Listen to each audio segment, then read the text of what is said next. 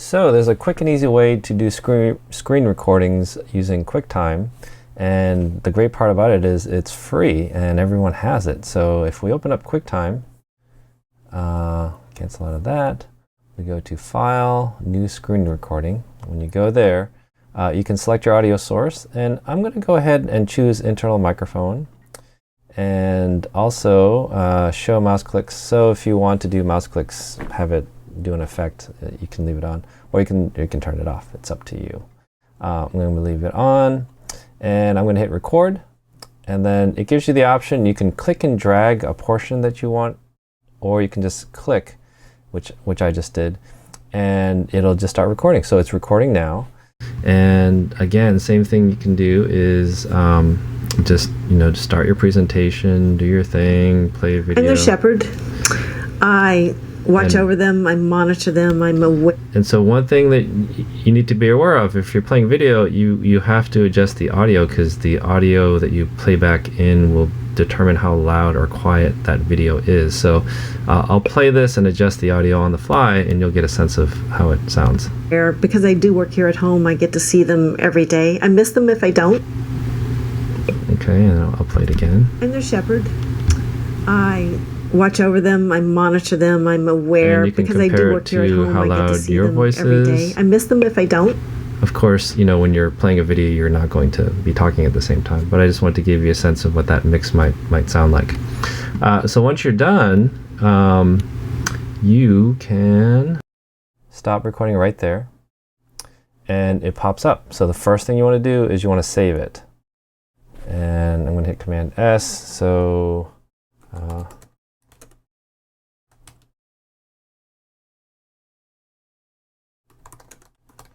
going to save it to the desktop.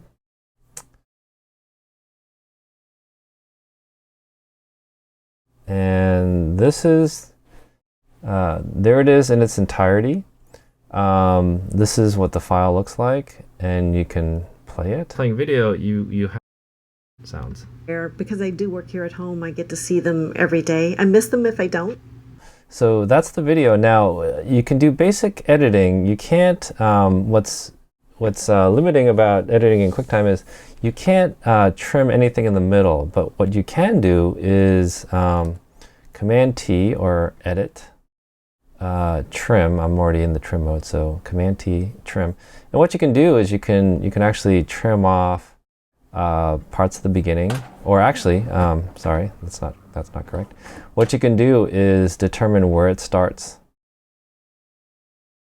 and where it ends,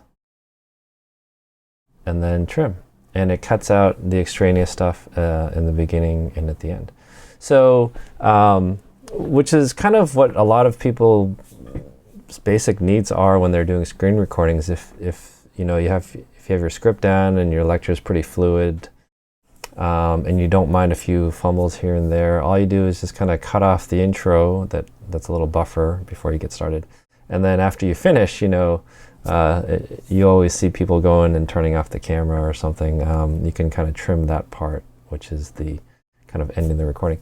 So that's basically it. So once you're done with that, you can do export as, and you have a couple of options. You could do 4K, 1080p. I would say stick to 1080p, and then I'm going to call this one output. I'm going to put it to the desktop, and then I'm going to hit save. And it will go through the output. Basically, this original screen recording is a higher resolution, and it's 126 megs. And this one is, let's take a look when it finishes.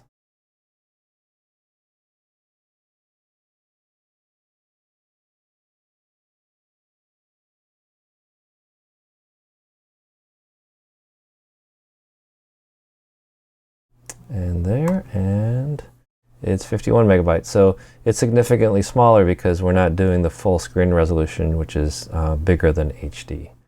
So that's basically it. Then with that, you can do whatever you want with it. You can upload it to YouTube. The other thing you can do is bring that into iMovie, which is another really cheap editing program. If you already have iMovie, you can drop that in and make the cuts that you want. So this would be a really cost-effective way with a lot of basic or cheap pieces of software that either come with your Mac or that you can purchase at an affordable price. So hope that helps.